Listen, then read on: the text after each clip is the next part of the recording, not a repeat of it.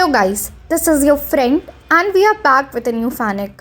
And if you enjoy this fanic, then please press the like button and subscribe to my channel for more fanic like this. And now let's start the fanic. Hiyashi sat in the clan council room with his emotionless mask on. He knew that the meeting that was about to begin would cause trouble within the clan.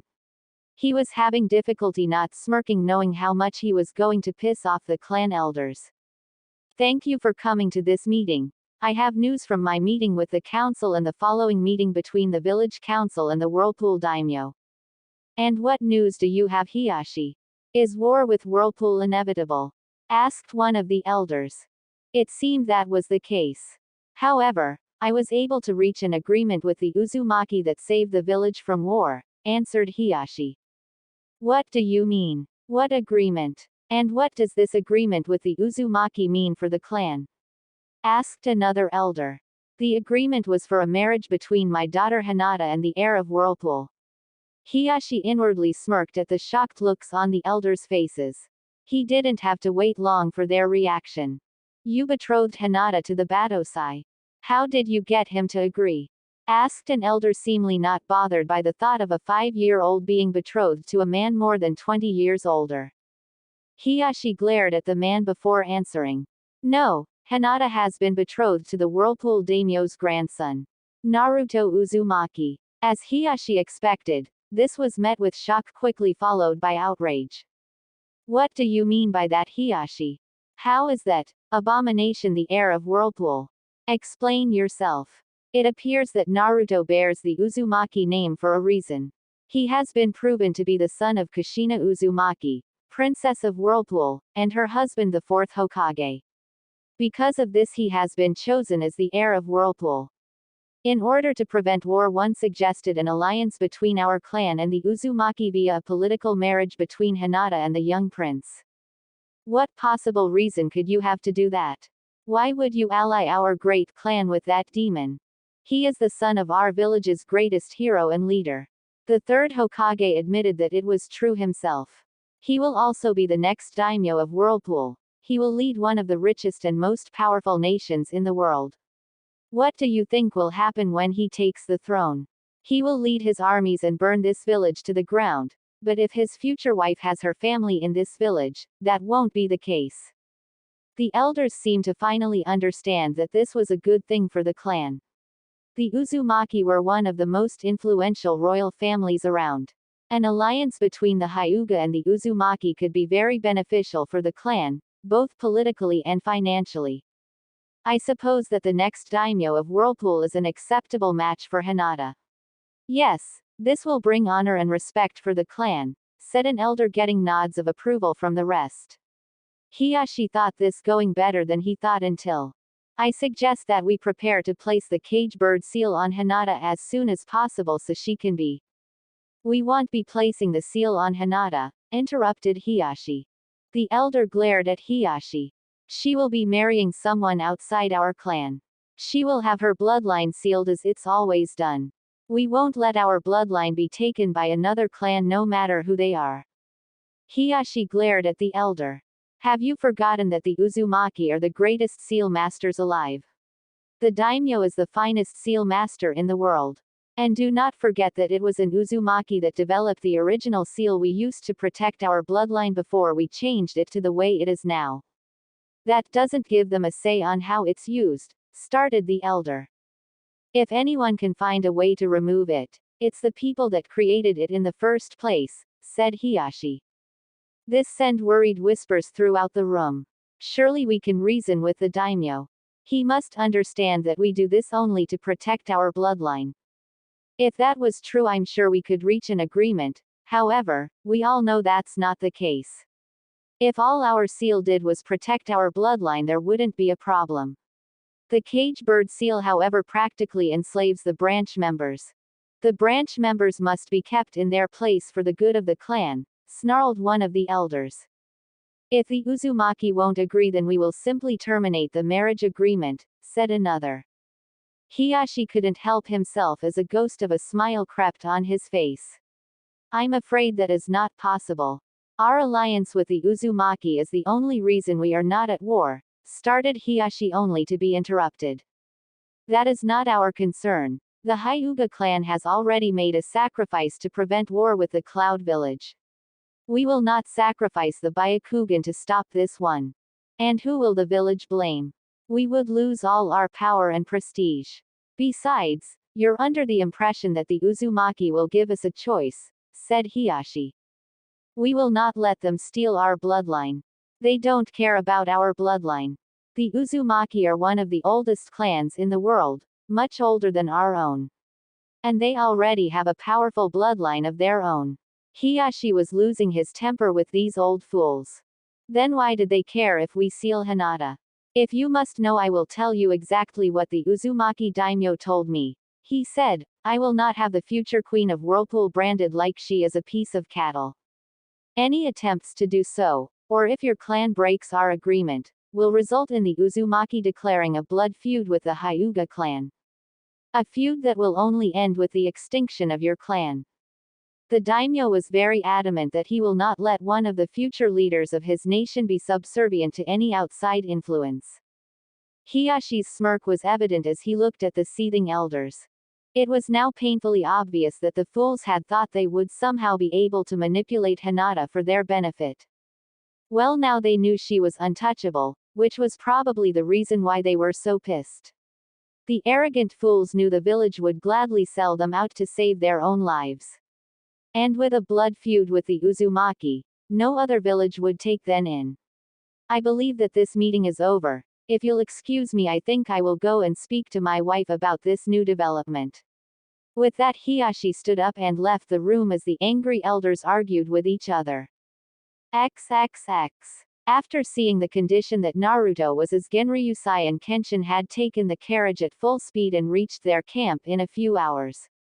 Once there, they had rushed Naruto to the medical tent where they were met by 22-year-old Megumi Takani, head of the Guardian Corps Medical Unit and personal physician to the Uzumaki clan. Megumi is a beautiful woman with long black hair and dark eyes. She wore a medical apron over her usual lavender kimono as she looked over Naruto. Once she was finished cleaning and treating Naruto for his wounds, she turned to the Uzumaki, rage visible in her normally playful-looking eyes. What kind of animals would do this to a child? I hope you made sure they were punished for this, she said, looking at Kenshin. I can assure you they all paid with their lives. My sword made sure of it, answered Kenshin. Megumi sent him an approving nod before she looked at the daimyo and spoke. He had several injuries. Broken and fractured bones were the worst, but those seemed to be healing at an extraordinary rate, most likely due to him being a Jinchuriki. The cuts and bruises are gone and I didn't find any internal injuries. He will be fine with some rest and should be awake by tomorrow. What worries me is that he is in a serious state of malnutrition. I will need to prepare a special diet and some medicine to help him gain the weight he should have. He has so little fat on his body, I'm not surprised he's so small. Thank you, Megumi-chan. Let me know if you need anything, said Genryusai. Megumi gave him a small bow before leaving to prepare Naruto's medicine. Are you seriously going to let him return to that miserable place? Asked Kenshin. Like I said, it will be his choice. Whether we like it or not, your sister loved that village and would have wanted him to at least have the chance to choose to go there or not.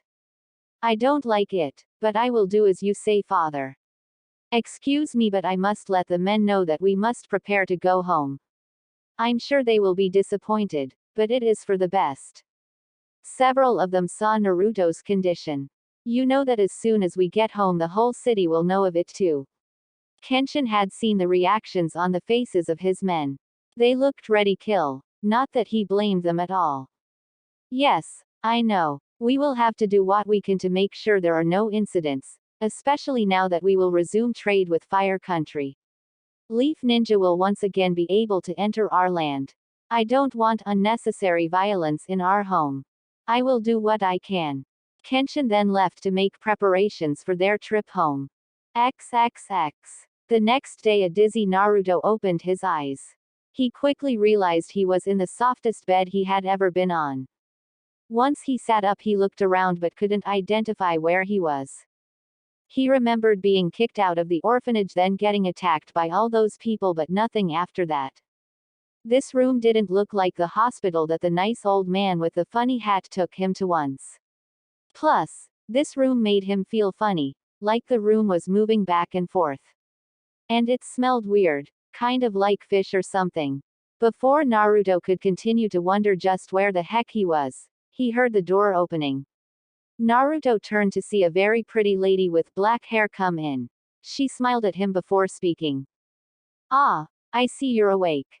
Good morning, Naruto. Are you feeling okay? Naruto was not sure what to say. No one but the old man with the hat had been nice to him. I'm okay. I feel good. Where am I? And how do you know my name? Megumi spoke as she looked over him to make sure he was in fact okay. My name is Megumi and I'm a doctor. You're here because you were hurt, but you do appear to be doing very well. Before Megumi could continue, two large men in blue armor walked in the room. Naruto was a little scared because they both had long swords with them. Megumi-sama, Daimyo-sama wanted to be informed immediately once the young prince was awake, said one of them. Very well, you may go and tell him. Let him know however that I must make sure that Naruto gets a small meal then takes his medicine before I bring him to the daimyo, replied Megumi. Both men placed their right fist over their heart then bowed before leaving the room. Megumi left the room but returned shortly afterwards. Naruto wanted to ask a million questions but all of them were forgotten when Megumi placed a tray of delicious-looking food and told him to eat. Once Naruto had finished, which Megumi thought was impossibly fast, Megumi handed Naruto the nicest set of clothes he had ever worn. It was a dark blue kimono that Megumi had to help him put on. Megumi took him by the hand and led him out of the room. Naruto saw that they were not in a building. Naruto looked around and saw that there was water everywhere around him, and there was a strong salty smell in the air. Megumi and Naruto were surrounded by men wearing the same armor as the other two that first came to Naruto's room. Several of them bowed to Naruto as he walked by, which really confused him. Where are we? And where are we going? Asked Naruto as he pulled on Megumi's sleeve. We are on a ship, Naruto. And we are going to meet some very important people that are very eager to meet you. Look, we're here, she said pointing to the door that a man in armor was opening for them. As they walked in, Naruto tightened his hold on Megumi's hand. Naruto could see what looked like very nice paintings on the walls as well as other very expensive-looking things in the room as they walked through it. When Megumi stopped, Naruto turned his head to look forward and saw two people in front of him. The first was a very old-looking man whom reminded Naruto of the old man with the pointy hat. He was sitting in an expensive-looking chair. He was wearing almost the exact same clothes that Naruto was wearing, but he had a long white coat on him. He also had a long beard that for some reason Naruto really wanted to pull on. The old man smiled warmly at Naruto, which helped Naruto feel a little more at ease. He was still pretty nervous. The second man had long red hair and an X-shaped scar on his cheek. He had a similar white coat to the one the old man had. His clothes are similar to those Naruto and the old man are wearing, but his are red and white, not dark blue. The man was not smiling, and was giving Naruto a stare with a look in his eyes that actually scared Naruto a little. The fact that he also had a sword didn't help Naruto feel any better either. Naruto, I would like to introduce you to Kenshin and Genryusai Uzumaki, said Megumi. But Uzumaki is my name. Why did they have the same name that I do? Asked a confused Naruto. It was Genryusai that answered him. Because you have the same name as your mother. My mother. You know who my mother is. Can you tell me, please? He asked in an almost frantic voice. Naruto had never known anything about his parents. To an orphan like him, it was the most precious dream to one day have a family, and now these people knew who his mother was. He had to know. He just had to. Genryusai stood from his chair and kneeled down, placing a hand on his grandson's shoulder and looked directly into his cerulean blue eyes.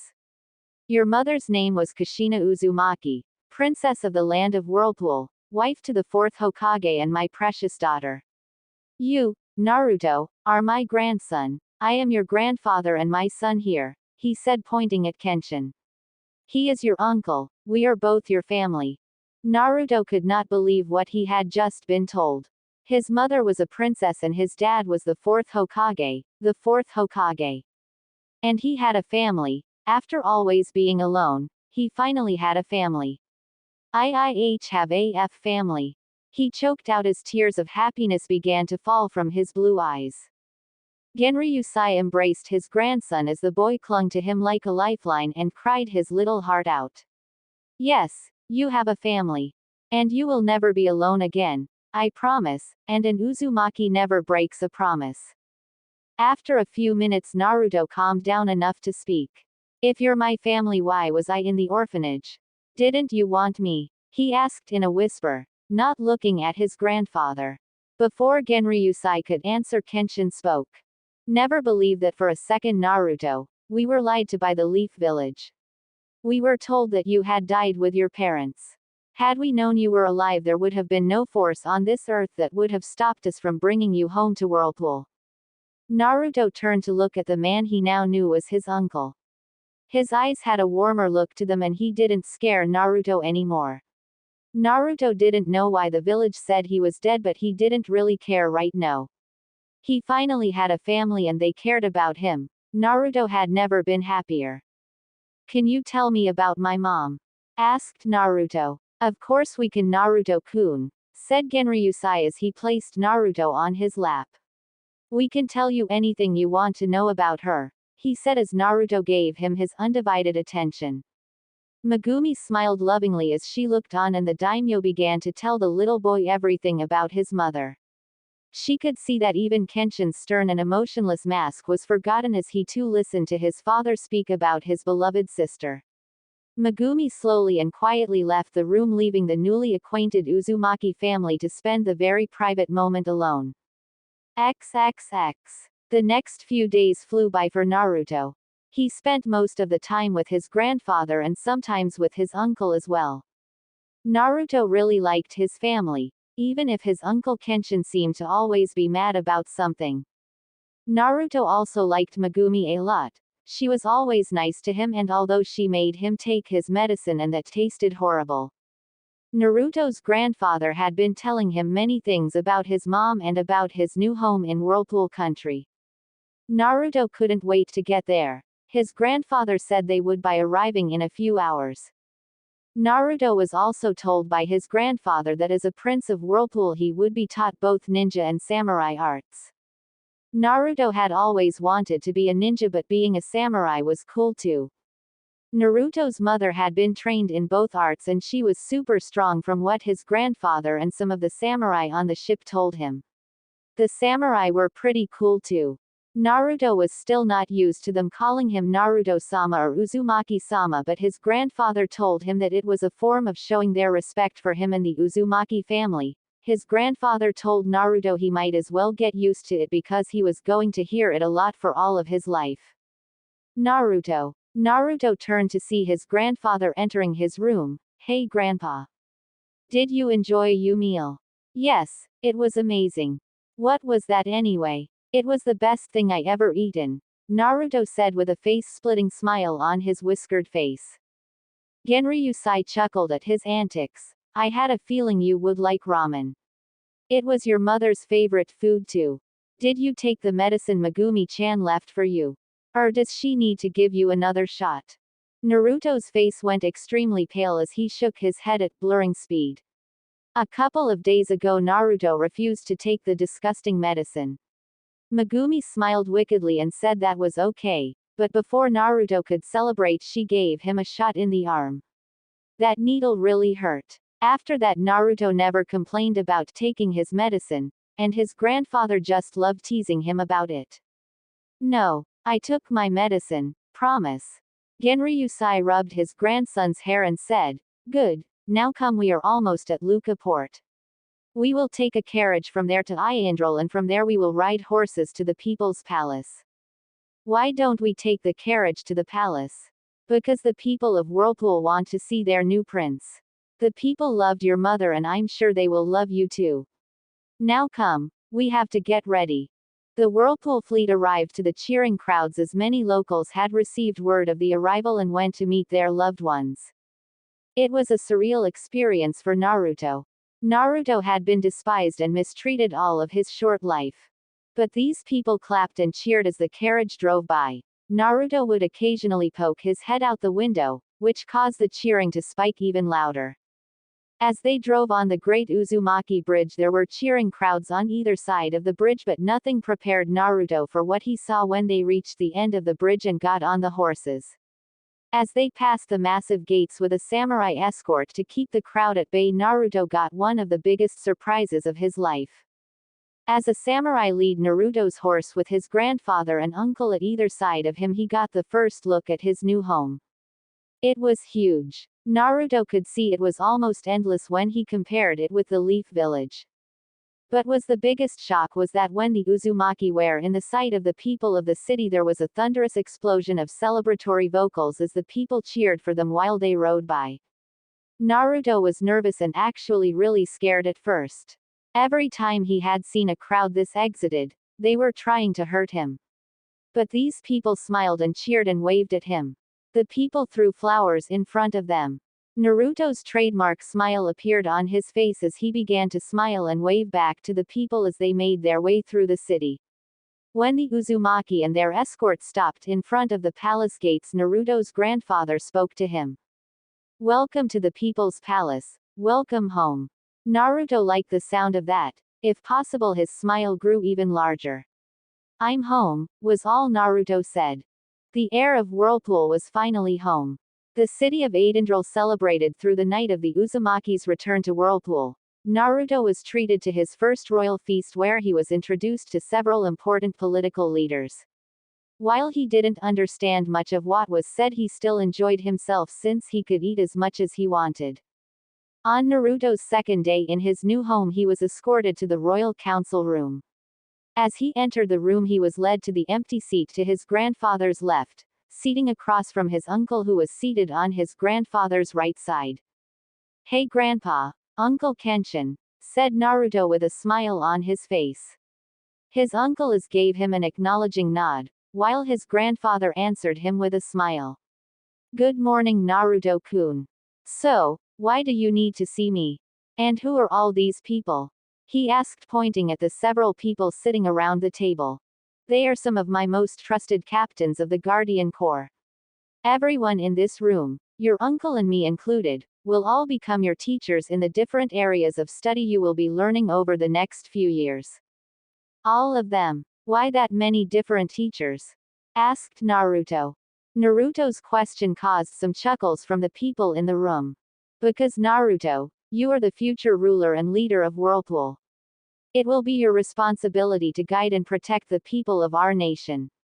You must always remember, Naruto, it isn't the people that serve us but we as their leaders that serve them. And to be able to be a good leader you will need to learn many different things. We will help you to learn by teaching you some of our expertises," said Genryusai, motioning to the people in the room. Naruto sat a little straighter after hearing that. He then looked briefly at the people around the table before he looked back to his grandfather. "I promise to do my best, Grandpa." Genryusai smiled at him. "That's all we will ever ask of you, Naruto. Now, I will be teaching you the art of sealing, as well as politics and economics. Your uncle Kenshin will be teaching you Kenjutsu and more importantly the hidden Mitsurugi style of our clan. When you are ready he will also be teaching you how to use our bloodline." "What's a bloodline? And how do you use it?" asked an excited Naruto. "I will teach you everything when the time comes, Naruto," responded Kenshin in what Naruto quickly named his grumpy voice, since he always looked mad when he talked like that. "Now I believe we should let your new teachers introduce themselves and tell you what is it that they will be teaching you. Why don't we start with you, Sano?" Genryusai said, pointing to the man sitting next to Kenshin. The man named Sano was a tall and lean, but muscular, man. He had long spiky black hair and wore a red headband around his forehead that reached past his shoulders. Sano wore white pants and had white bandages wrapped around his stomach and right hand. He also wore no shirt, but he did have a long white coat similar to his uncle's and grandfather's. Sano's coat had a black trim and the kanji for taijutsu on the back.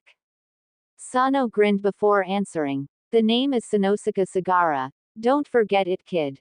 I'm your uncle's best friend even if the sourpuss refuses to admit it in public.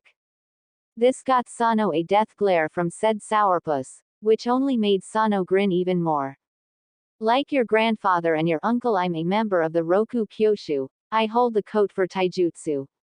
I will be teaching you taijutsu, which includes your own family style that I was honored to be allowed to learn. I will also be in charge of you physical strength and stamina training, so I hope you're ready for me to work your tiny body to the ground, he said with his grin never leaving his face. Naruto glared at him when he called him tiny and only looked more determined to work his hardest. The next person to introduce herself was the only female in the room. She was a fairly tall and beautiful young woman with a remarkably curvaceous figure and a well-endowed chest. She looked to be in her early 20s and had waist-length raven black-colored hair tied in a high ponytail. She had peach skin and light purple-colored eyes. She was wearing long purple stockings and a very small pink kimono that did little to cover her gorgeous figure. She wore chainmail under her kimono and had a tsuba-less nodashi strapped to her back with bandages wrapped around the hilt for better grip. My name is Shigeru Kosuke. I am the captain of the Spy and Intelligence Network. I will be in charge of stealth and weapons training, she said in a monotone voice. When it was obvious the Shigeru was not going to continue, the young man sitting in front of her turned to speak to Naruto. He was the youngest man in the room. He looked to be in his late teens. He had chin-length black hair and wore squared glasses. He wore an all-white attire, white pants, long-sleeve shirt, and mantle. The only color in his clothes was the blue cross on his shirt's collar and stripes on his sleeves. My name is Ryu Ishida. I'm the head of the Ishida clan and captain of the archer division of the Guardian Corps. I'm also in charge of the defenses of the city's outer wall. I will be instructing you in tactics and strategy. The next person to introduce himself was a young man in his early 20s. He had bright green eyes and vibrant red hair, with 2 long forelocks on either shoulder and the rest on his back. Naruto thought the man might be related to him since he looked like an Uzumaki. He was wearing a dark blue martial arts outfit with a red trim and a red sash tied around his waist. My name is Kurama Minamino.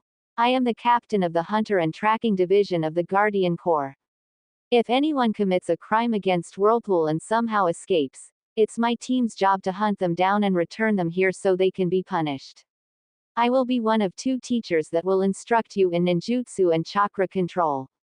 The other will be this man sitting next to me, said Kurama pointing to the shorter man sitting next to him. The man in question was around the same age as Kurama.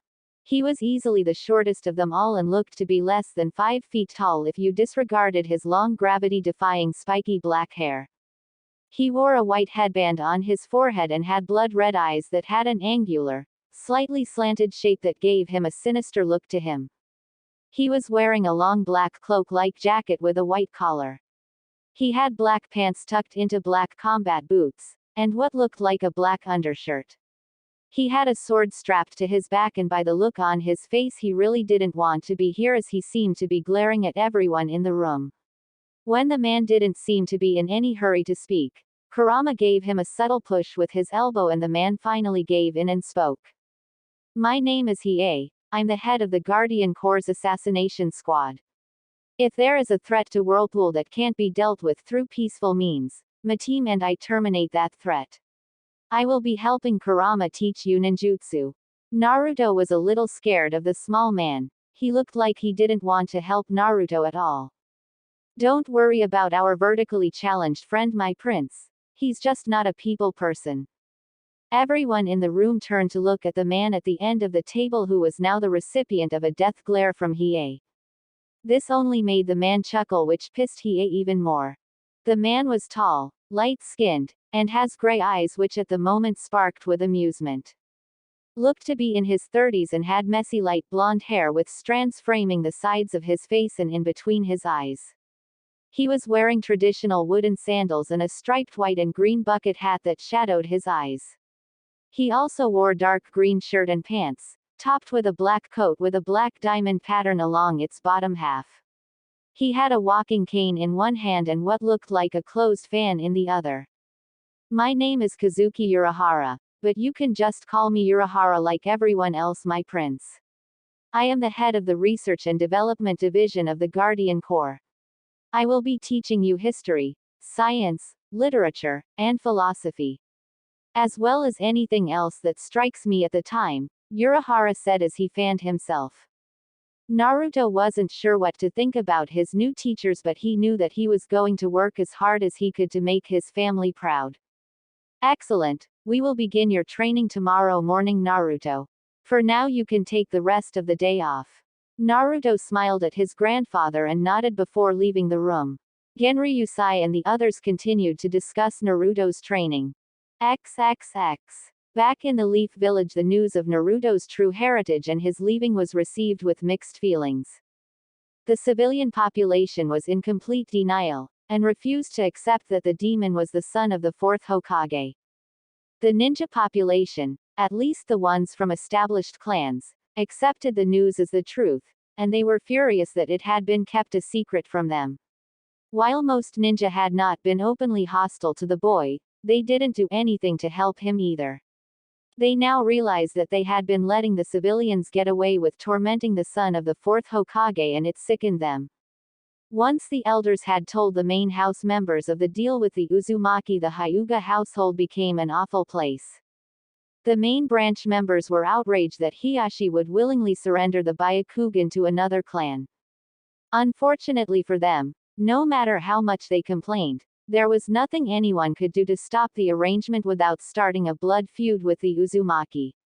The fact that Hinata was now the most important member of the Hyuga clan, as far as the village was concerned, was something that also agitated the main house members, as now they couldn't openly ridicule her or insult her for being a failure.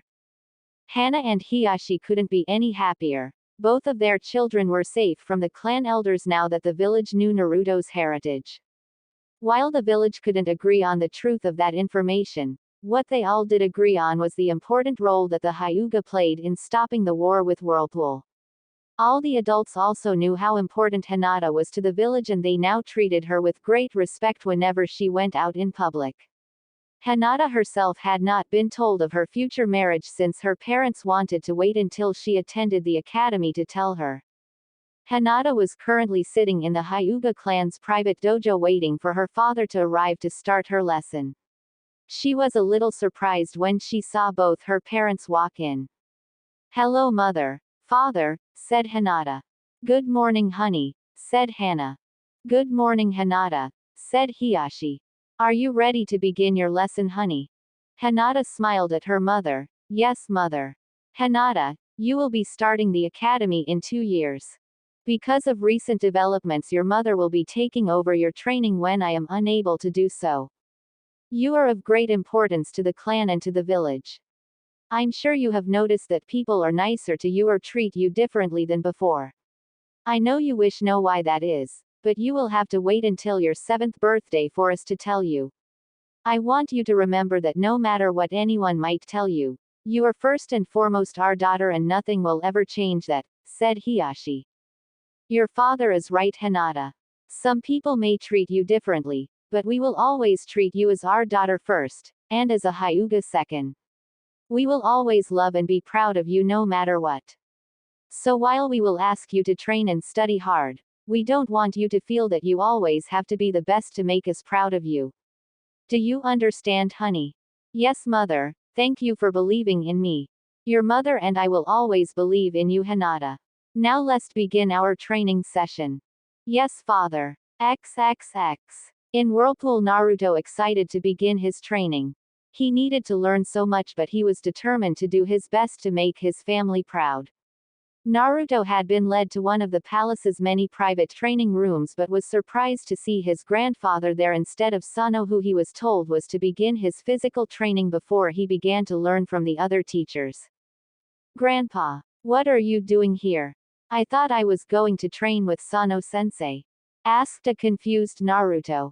Genryusai smiled at his grandson. You will be, but before you do, it's time that you receive something that every Uzumaki receives once they begin their training to become warriors of Whirlpool. It is one of the Uzumaki clan's most guarded secrets, a secret that has been passed down generation to generation since the founding of the Uzumaki clan. Naruto sat a bit straighter once he heard that. He knew that whatever his grandfather was about to give him was very important and he wasn't about to disappoint him. Genryusai continued, I promised to let your uncle teach you about our kenjutsu style, but what you need to know is that there is a reason why the Uzumaki are the only ones that can truly master the hidden Mitsurugi style. In the past, many have tried to steal the secrets of our fighting style. But even those who have managed to discover some of our secrets have never harnessed the true strength of the hidden Mitsurugi style. Why is that, Grandpa? Asked Naruto. Because Naruto, the hidden Mitsurugi style was created by the founder of our clan to be used only by our clan, and he made sure that nobody but an Uzumaki could truly master it. I will let your uncle tell you the reason, since I promised him he would be the one to teach you of our bloodline and kenjutsu style. What I will show you today is one of the reasons why we are the only ones that can master the hidden Mitsurugi. Okay, Grandpa, what do I need to do first? Asked an eager Naruto. Oh, that's easy, Naruto. You just need to take off your clothes, said Genryusai. What? Why? Yelled Naruto as he clutched his training kimono as if it was going to disappear all of a sudden. Genryusai chuckled, already expecting this reaction from the young blonde. This is the reason why, he said, rolling back one of his sleeves and focusing chakra into his arm. Naruto watched as several markings began to appear on his grandfather's arm and began to glow brightly. Naruto didn't know what they meant, but he knew they had to be seals since he was told his family was famous for being seal masters. Wow, what are those, Grandpa? They're so cool looking. Am I going to get that? Will I look that cool too? Naruto started to rapidly shoot questions off. Genryusai stopped the flow of chakra to his arm, letting the seals fade away. Those, Naruto, are the Uzumaki clan's gravity seals. Gravity seals. What did they do? Asked Naruto. They act much like weights in the way that they add resistance to help strengthen your body. Except that unlike weights, which only add resistance to certain parts of your body, the gravity seals distribute the added resistance evenly throughout your entire body. The seals never need to be replaced and you can control the resistance they add to your body at will without needing to waste time to remove any equipment from yourself. That's so cool. So does everybody have them? No, Naruto, the only person outside of me and your uncle that has these is Sano. And that is because your uncle considers him a brother in all but blood, even if he rarely shows it. Yeah, Sano-sensei really likes to make Uncle Kenshin mad, said Naruto. Yes, he sure does. Alright, Naruto, let's begin. It's going to take a while to finish and we don't want to waste more time than we have to. Okay, Grandpa, said Naruto as he began to take off his kimono. XXX. Several hours later, Naruto and his grandfather exited the room. Naruto was obviously struggling as he walked. It will take a few days before your body adapts to the seals. It looks like your large chakra reserves are adding more chakra to the seals than I expected. We will have to cancel your physical training for the next few days. You will instead begin your academic training, and once the seals are no longer bothering you, we will resume the full training regimen. I guess you're right, Grandpa. I am very tired, answered Naruto. I will tell Ryu to expect you in an hour and Urahara to expect you after lunch. I will begin to teach you calligraphy and sealing basics after dinner. Okay, Grandpa. I'll see you later, said Naruto as he stumbled away, still finding it difficult to walk with the new seals in place. His two samurai guards walked next to him to make sure the young prince didn't hurt himself by falling down. XXX. Naruto walked into Yuryu's office to see him waiting for him at his desk. Ah, you're here, Naruto. How are you feeling? I was told that the application of gravity seals can be very taxing on your body. I'm fine, Ryu-sensei. I'm still getting used to the seals, but I'm doing better now, answered Naruto. Great. Come here so we can begin, Ryu said, leading Naruto to a small table with two chairs facing each other. Once they took their seats, Naruto asked, "So what kind of training are we going to do today, sensei?" "We are going to play a game," answered Uryu. Naruto was confused. "I thought you were going to train me in strategy." "I am. And we will begin by playing a game. We will study more advanced forms later. For now we will start with games that will help you develop your mind." "What kind of games will we play?" asked Naruto. "We will be playing shogi, go, and chess among others to help you work on your strategy. Later on we will read and study books and scrolls. For now we play." Uryu and Naruto spend the next few hours with Naruto learning the rules of shogi and playing a few games together. Naruto found it difficult at first, and even though he lost every game he did start to get why these games would help him in developing strategic skills. Uryu had been impressed with Naruto's ability to grasp the concept of the game. He told Naruto that he had a very unpredictable mind, and that it would help him in the future when developing stratagems against his enemies.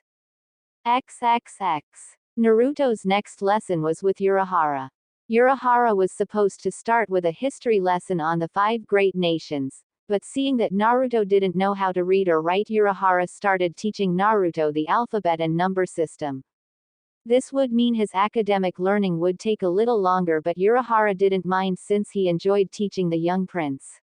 Naruto obviously had a sharp mind and quickly picked things up.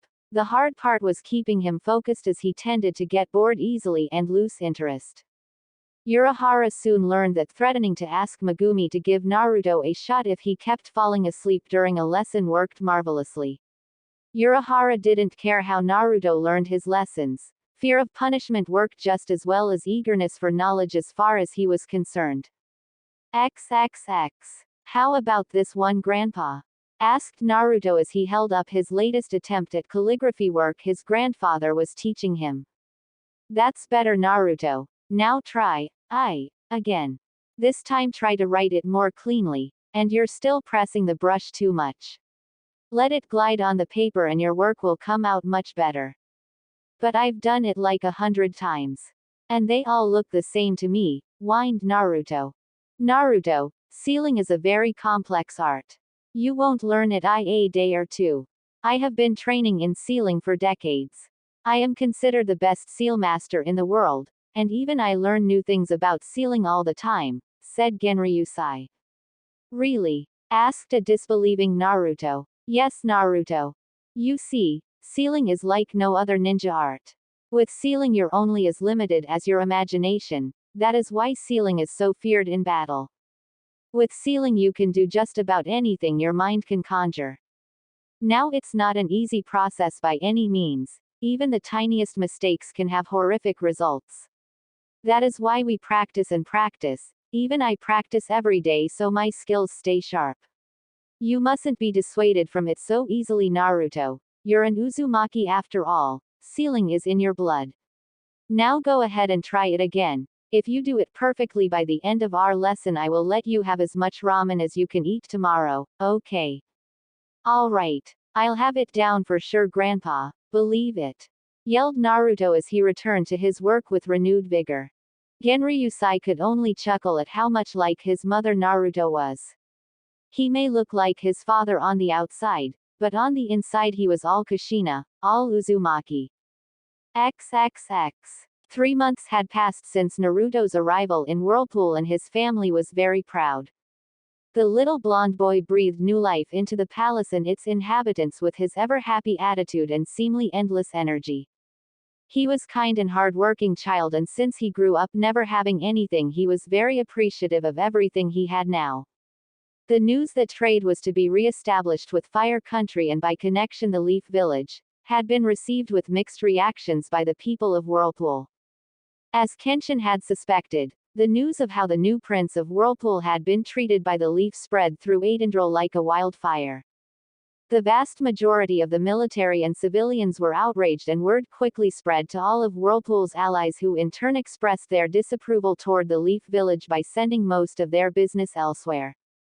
That not only hurt the Leaf financially but politically, as many nations put pressure on the Fire Daimyo to keep a tighter leash on the village. The only thing that seems to go in the Leaf Village's favor was that with trade with Whirlpool re-established, the economy of Fire Country was on the rise, and it meant the Leaf Village was not in as bad position as it could have been otherwise. XXX. Back in Whirlpool, a small blonde boy was running for his life through the halls of the People's Palace. When he saw two members of the Guardian Corps standing guard, he made a beeline towards them. "Please, you have to help me. She is trying to kill me," he screamed frantically at them.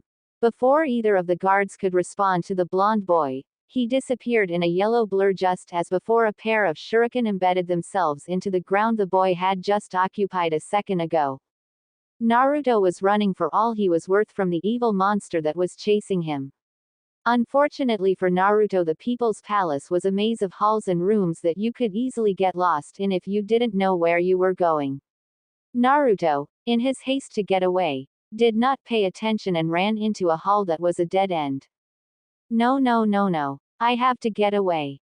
Naruto turned to run back the way he came, only to have a menacing shadow appear around the corner. A-H-H-H-H-H-H-H. The ear-splitting scream was heard through the entire place, making several certain people, Naruto's teachers, laugh quite heartily. XXX. In his office, Genryusai heard the terrified scream and looked up from his paperwork. That was Naruto. "It must be Tuesday already," he said before he decided to check how Naruto's training was going. Genryusai didn't have a hard time finding Naruto. All he had to do was follow the screams. Sure enough, it was Tuesday as he saw Shigure throwing shurikens at Naruto, who was desperately trying to dodge them. Genryusai walked up to Shigure and asked, "Ah, Shigure-chan, how is Naruto's training going?" "Good," she said in a monotone voice without looking at him or stopping what she was doing. Naruto, who saw his grandfather, yelled at him for help. "Grandpa, please help me. She's crazy." Genryusai turned back to Shigure and asked, "What kind of training are you working on right now, exactly?" "Dodging," was her answer as she continued to launch shurikens at Naruto. "I see, carry on," said Genryusai as he turned and left to continue his paperwork, but not missing Naruto's indignant yell of, "What?" Genryusai only chuckled as he left. He was sure that Shigure wouldn't hurt Naruto. Well, not too much anyway. XXX. Later that day, Naruto found himself in Megumi's office getting his injuries looked at. Even though Shigure only gave him minor cuts and those were mostly healed by the fox by the time he got there, Megumi always liked to make sure Naruto was fully recovered after any injury. "I'm telling you, Megumi-sensei," Megumi has been teaching him about medicine and healing, but only when he has free time, not as an official teacher. Naruto still calls her sensei. "Shigure-sensei is going to kill me one of these days if she keeps throwing sharp weapons at me." "Come now, Naruto, I'm sure she's not that bad. After all, you haven't actually gotten seriously hurt. You only have some small cuts, and those are almost done healing." Naruto had to agree. As much as Shigure's training freaked him out, she never actually hurt him. "Well, it still hurts a lot," he grumbled. "Well, you're fine now. Get yourself something to eat and rest before your next training session, okay? By the way, who is your next session with?" asked Megumi. "I have ninjutsu training with Kurama-sensei. He said that Hiei-sensei will be there this time, but he never shows up though." "Well, maybe he'll show up this time." Naruto shrugged. "I guess, I'll see you later, Megumi-sensei," Naruto said as he waved goodbye and left to get something to eat. XXX. This is impossible, whined Naruto as he tried to focus his chakra and hold a pair of leaves to his hands. "Calm down, Naruto. I know you're getting frustrated, but you're doing great," said Kurama. "But it's been 3 months and I can't get the leaves to stick for more than a few seconds," argued Naruto.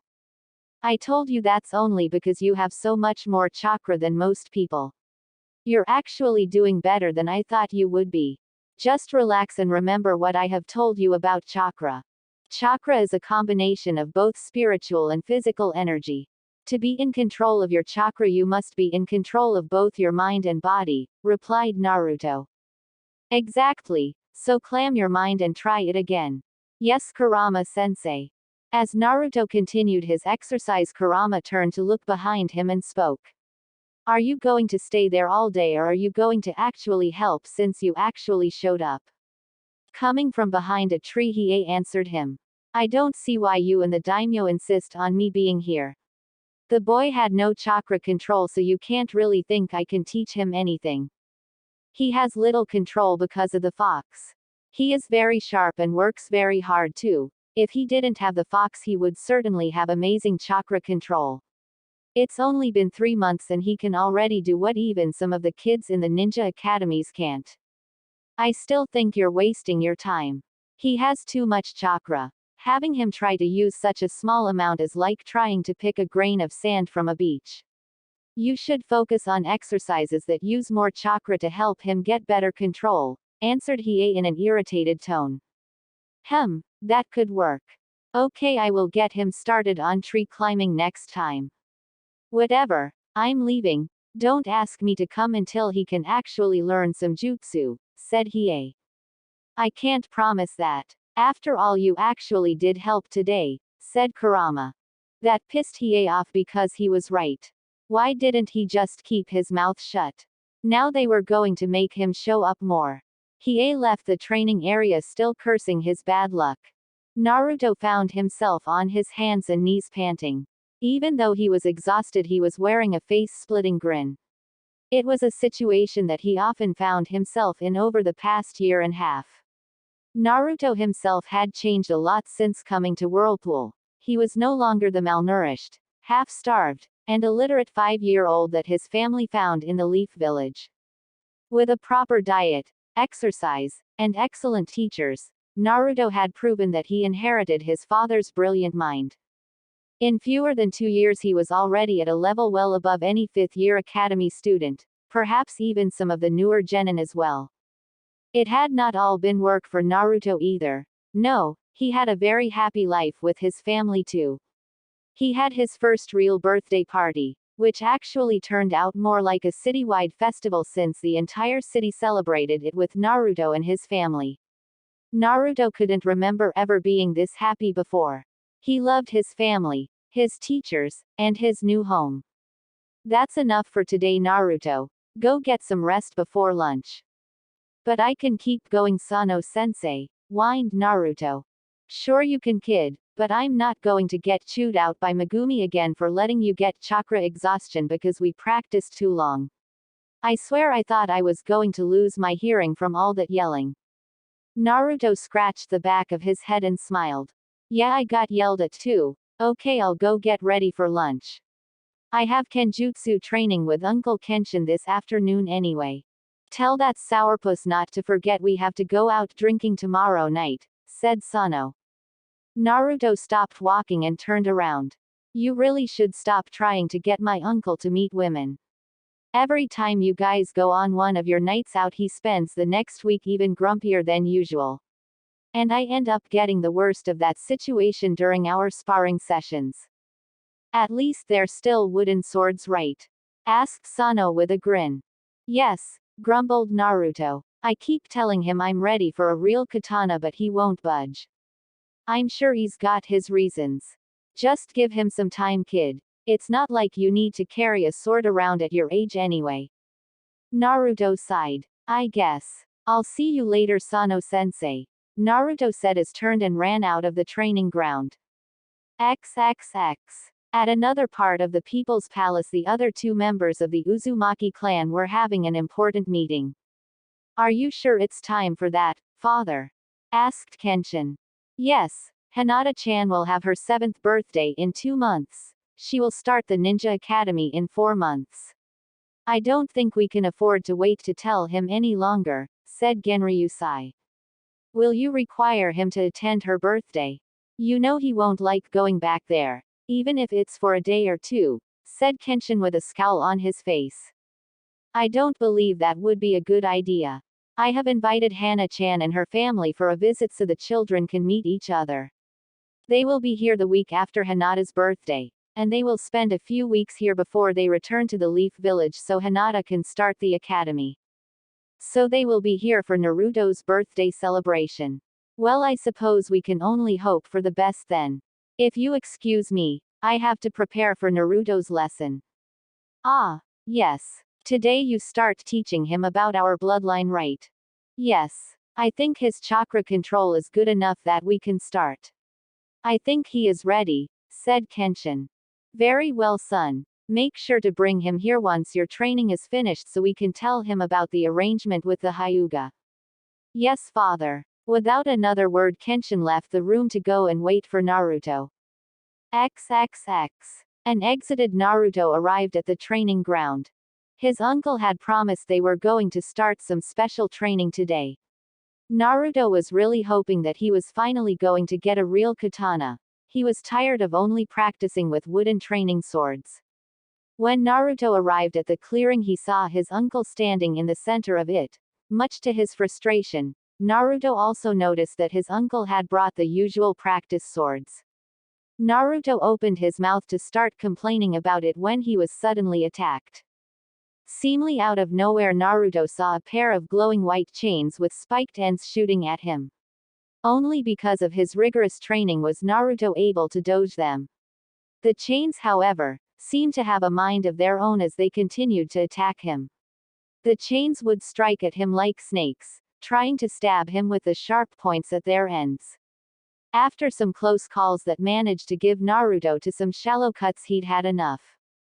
Naruto started going through some well-practiced hand signs and yelled, "Water style, tidal shield jutsu." Just as the chains were about to impale him, a circular shield made of water materialized itself in front of Naruto, blocking their relentless attack. Once he was sure the attack was over, Naruto released the jutsu, breathing heavily with the effort. What the hell was that? He screamed at his uncle, who still had not moved from the spot he saw him when Naruto arrived. That was a secret jutsu that only an Uzumaki can perform. It is a jutsu that can only be used with our bloodline, said Kenshin with a calm voice. A grin rapidly spread across Naruto's face. He finally realized that the special training his uncle had been talking about was training in his clan's bloodline. So you're finally going to tell me about our bloodline? Yes, but before I begin, why don't you tell me what you know about bloodlines in general? Naruto walked up to his uncle and then took a seat on the ground before he spoke. Well, Urahara-sensei told me about them a while ago. He said there were several types of bloodlines, but there are three main types. There are dojutsu like the Sharingan that the Uchiha clan has, or the Byakugan that the Hyuga clan has. Both clans are from the Leaf Village, he said with obvious dislike when he said leaf. Dojutsu or ocular jutsu that enhances the user's eyesight. Each one has different capabilities that are unique to each other. Kenshin nodded his head. That's correct. And next? The next type is the elemental manipulation bloodlines. They are the most common because many clans have them. Some of the best known are the wood-using Senju clan from the Leaf Village, but there are others like the ice users of Water Country or the coal and lava users of Earth Country. I also heard that Wind Country has people that can use glass as a weapon. Very good, Naruto. And what is the last? The last type are the body manipulation bloodlines.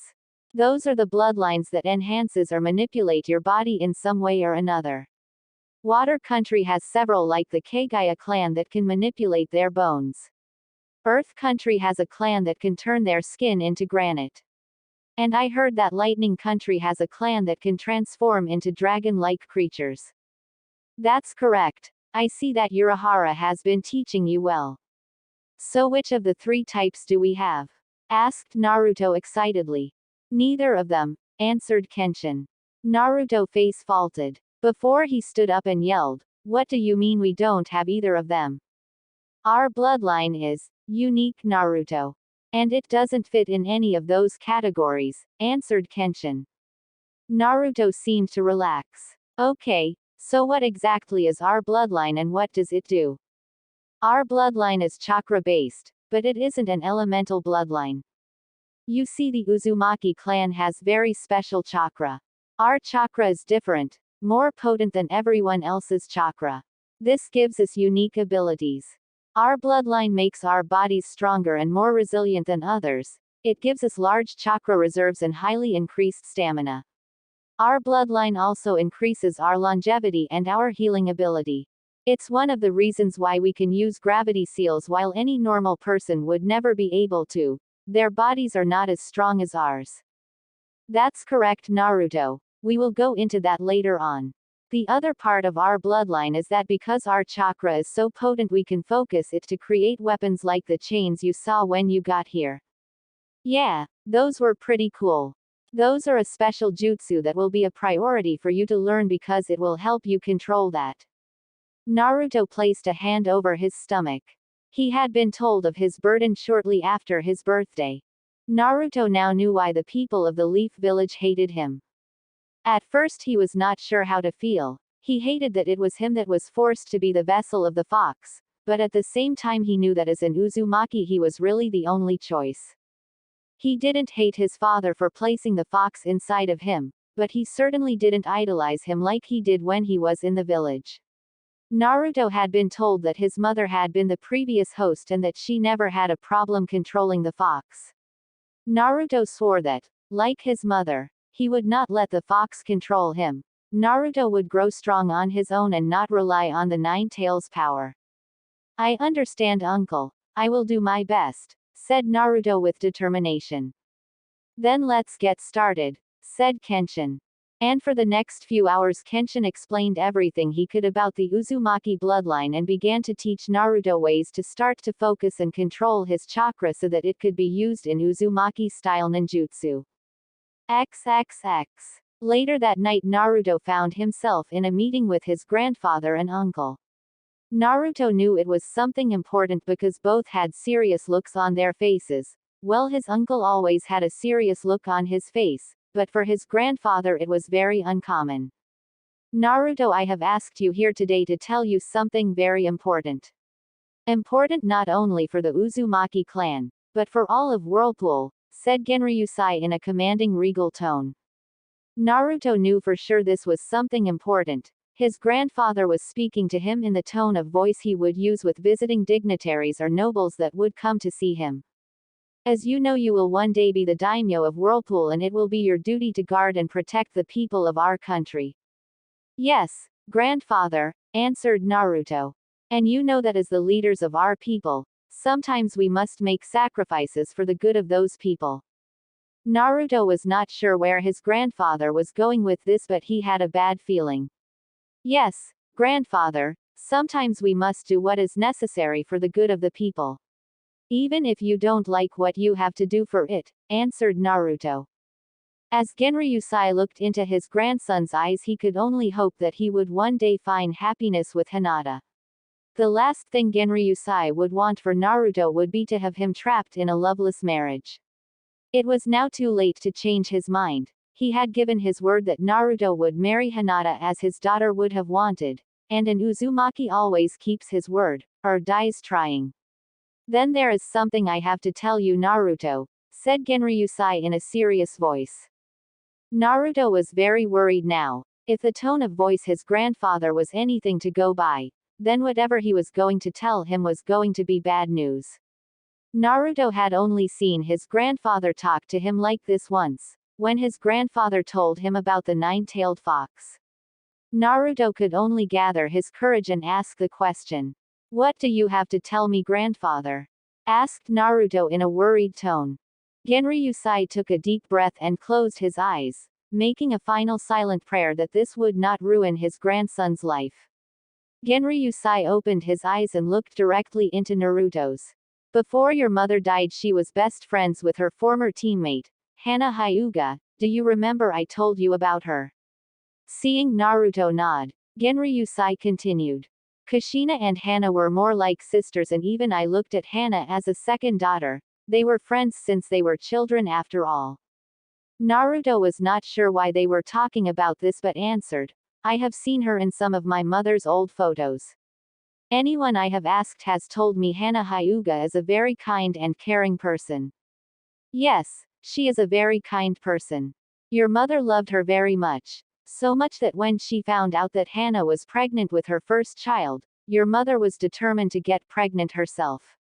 Your father agreed as he too wanted to start a family, and a month later she was pregnant with you.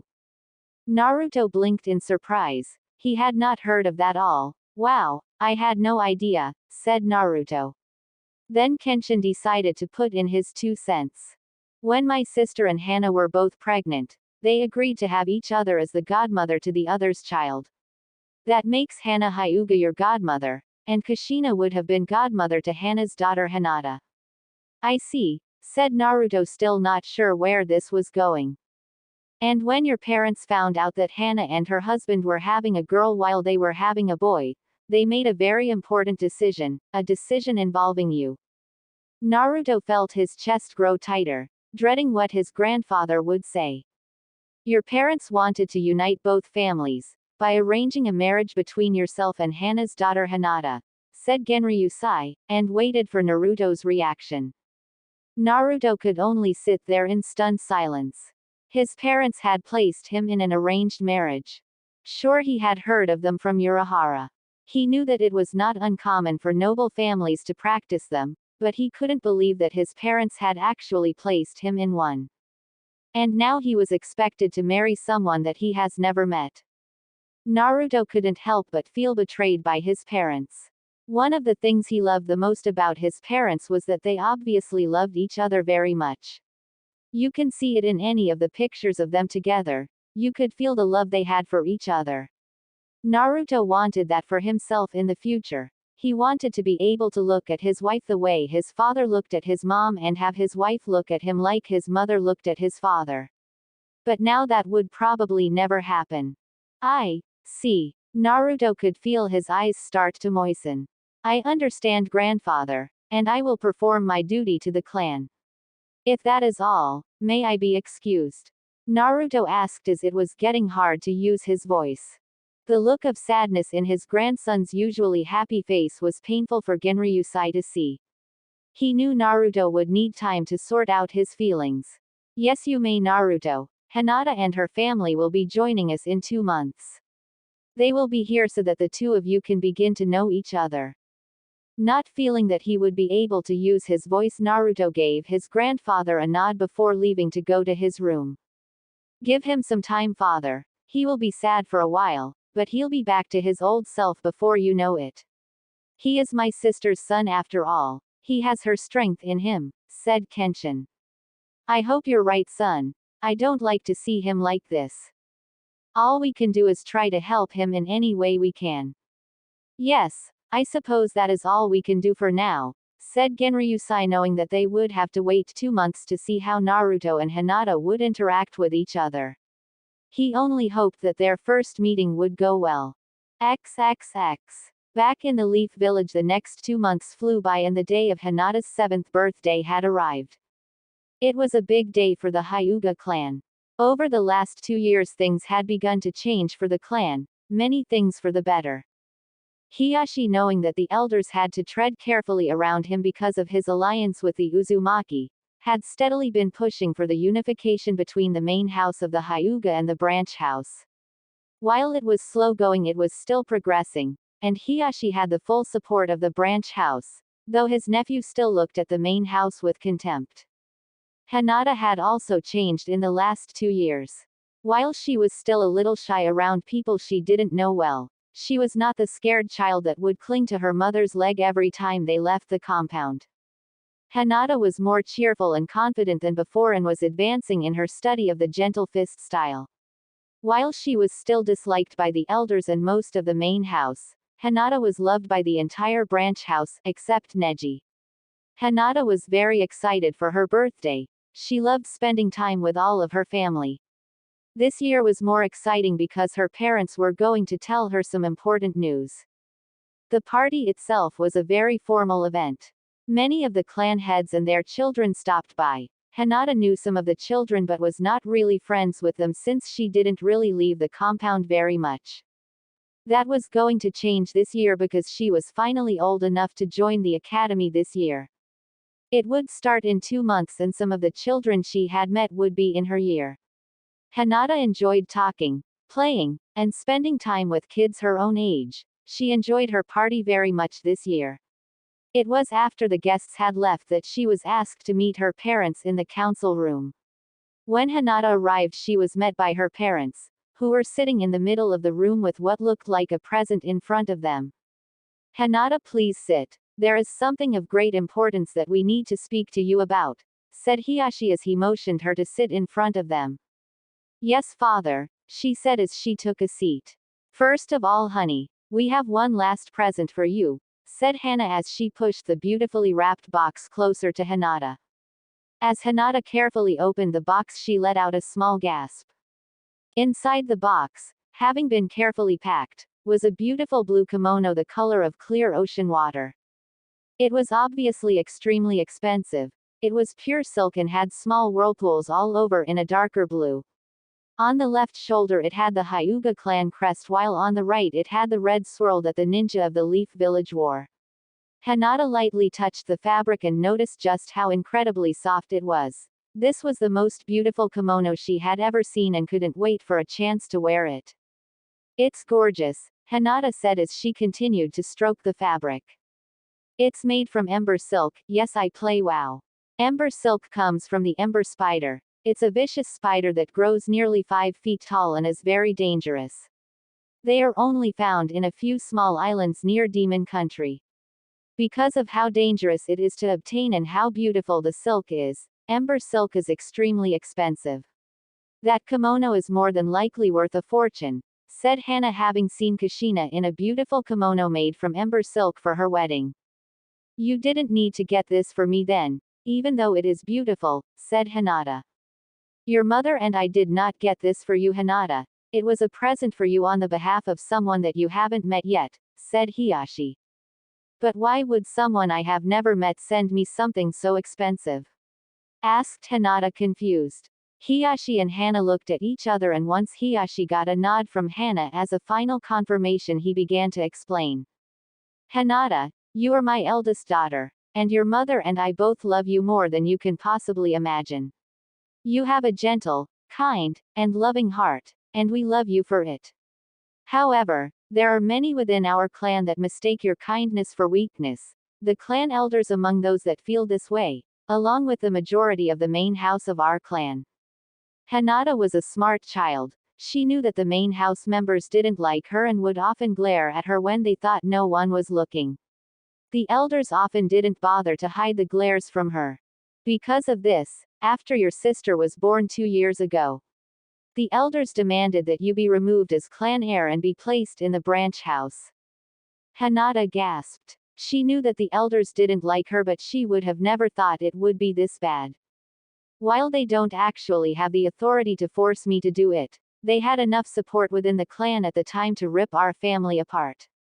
It could have ended in a civil war within our clan. Your mother and I could not let that happen, but neither could we just let them place the seal on you."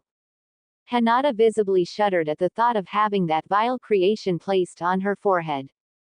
"That is when your mother came up with a plan to save both you and our clan.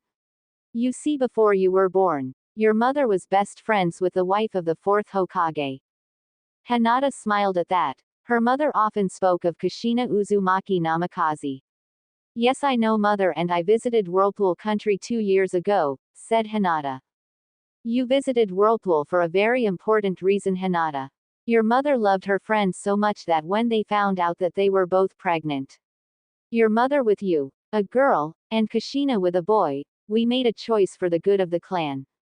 Hinata felt her chest tighten, as if in warning that something bad was coming. "We reached an agreement for a betrothal contract between yourself and the son of the 4th Hokage," Hiyashi said, knowing how much this would hurt his daughter. What was all Hinata was able to say as she was in shock of what she had just heard. It was originally to unite the Hyuga and the Namikaze clans. But the day that their child was born was the day that the 9-tailed fox attacked the village. As you know, both the 4th Hokage and his wife died that day. The 3rd Hokage also announced to the village that their son had died at childbirth. "But that was a lie," Hiyashi said, cutting Hinata off. "Your mother and her sensei, along with 2 others, were there when the child was born. But the Hokage forbid us telling anyone, Whoever did would be killed for treason. Why would he do that? Asked Hinata. I don't know, but I think it was in a misguided attempt to keep a promise to the fourth. No matter the reason, it turned out to be a huge mistake. Your mother and I tried to do what we could for the boy, even tried to adopt him into our clan. However, the Hokage and the village council blocked us at every turn. When the elders tried to force the seal on you, we knew we had no other choice than to go against the Hokage to save the both of you. What do you mean, to save the both of us, father? Asked Hinata. Because of a certain condition, the fourth son was mistreated and scorned by most of the village. He needed saving just as much as you. The only way to save both of you was to activate the betrothal contract, but to do that we needed the child's true identity to be known. The only way to do that without being charged with treason by the Hokage was to secretly tell his mother's family that he was alive. That's why we went to Whirlpool country, to tell his family, Hinata said, finally knowing why she was told to never mention that trip to anyone. Yes, and your mother's plan worked.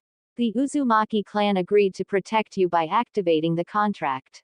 That is the reason why you were not placed in the branch house. That unfortunately also means that you will not be head of the clan since you will be marrying the future daimyo of Whirlpool country. Hinata felt tears begin to pool in her eyes. Her vision started to get blurry. Not only would she never be able to fulfill her dream of uniting her family, but she would be forced to marry someone she had never met. What if the Uzumaki didn't like her? What if they hated her like the main house did?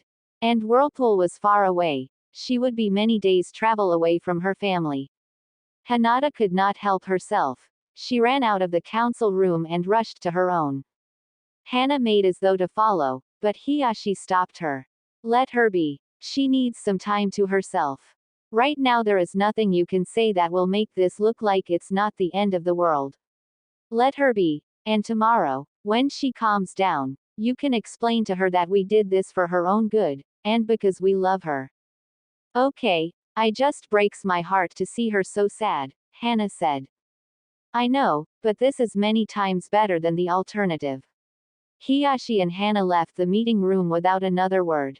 That night in the Hyuga compound, if you listened very carefully, you would be able to hear the quiet sobs coming from the room of a heartbroken little girl. Several days after Hinata's birthday, a delegation from the Hyuga clan, with a select few representatives for the Leaf included, made their way to Whirlpool country.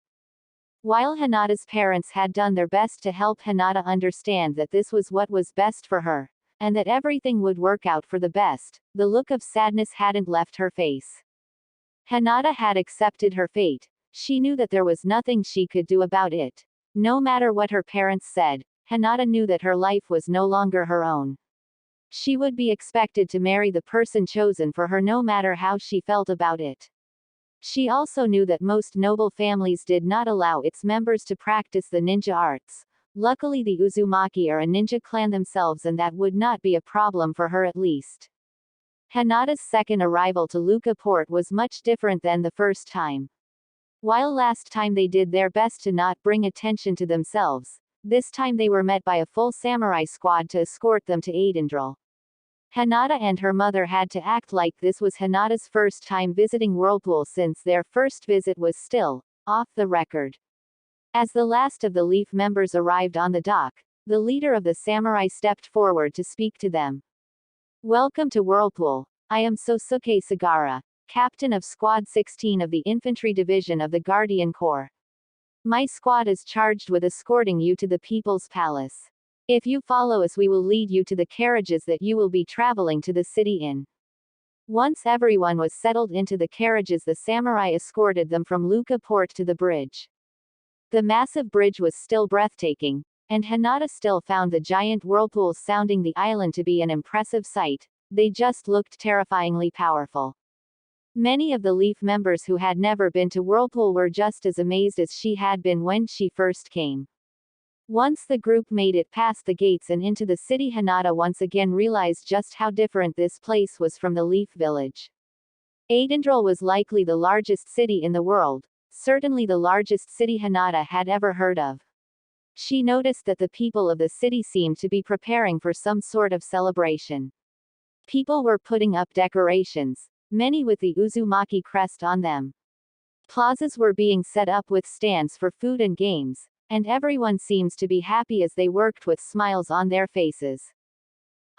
Excuse me, Captain Sagara, is there some kind of festival that the city is getting ready for? Asked Hinata. No, Lady Hinata, the people are getting ready for Naruto-sama's birthday celebration. His birthday is tomorrow, and the people will celebrate it all day long and well into the night as well. This year will be even bigger than last year by the looks of it. I see. Have you met him, Naruto Uzumaki? I have not actually met him, only seen him in passing. Because he is so important to this country's future, he is kept near his family and his teachers. Oh, so you don't know what he's like then? Hinata didn't know much about the boy she would eventually marry. She only knew that he was the son of the fourth Hokage and her mother's ex-teammate. As I said, I have not actually met him myself, but I do know that you need not worry. Naruto-sama is a very kind and intelligent young man. He is also very hard worker. He is trained by some of the best captains in the Guardian Corps and never complains about how much work they make him do. I believe he will make a great leader someday. Perhaps once you get to know him, you will see that as well. Hinata spent the rest of the ride to the palace quietly thinking about what the captain said. Perhaps if she was lucky, her future husband would not be too bad. She knew she had to make the best of it, not only because she had no other choice, but because it was expected of her by her clan and the whole Leaf Village as well. Once the group arrived at the People's Palace, they were escorted to their rooms. After resting and having time to freshen up and change into more formal clothing, they were led to the throne room. Hinata and the rest of the Hyuga were wearing traditional Hyuga robes while the Leaf Jonin representing the Hokage wore their standard uniform. As the door opened, Hinata's heart started to beat faster. It was time. The next meeting was likely the most important meeting of her life. All she could hope for was that it would go well. XXX. Naruto had not been his usual happy self over the last 2 months since being told about the arranged marriage. He had been depressed for weeks, and only recently had he began to act more like himself. Naruto had spoken to all of his teachers and asked many questions. While he didn't like his situation, he knew it was his duty to his people, and it helped a little knowing that his mother wanted this for him. Naruto's teachers helped by listening and advising Naruto in what little ways they could. Naruto hoped that the girl wouldn't be one of those really stuck-up nobles he had come to hate. At least this Hinata girl is from a ninja clan, and would relate to him better than most girls his age. Naruto honestly didn't have any friends his own age.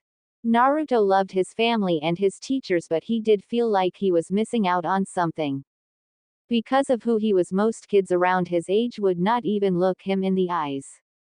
Kids in the palace were either servants or academy students for the Guardian Corps and would not really talk to him unless spoken to.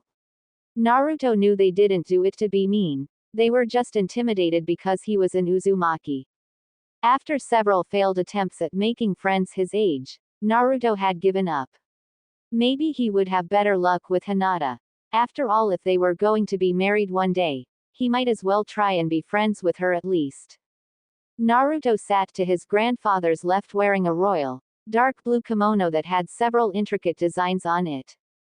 Naruto hated wearing all this formal stuff but knew he had no choice. His grandfather was in the middle as he sat on the Uzumaki throne and his uncle was standing next to him. Both were wearing similar kimonos to the one Naruto was wearing.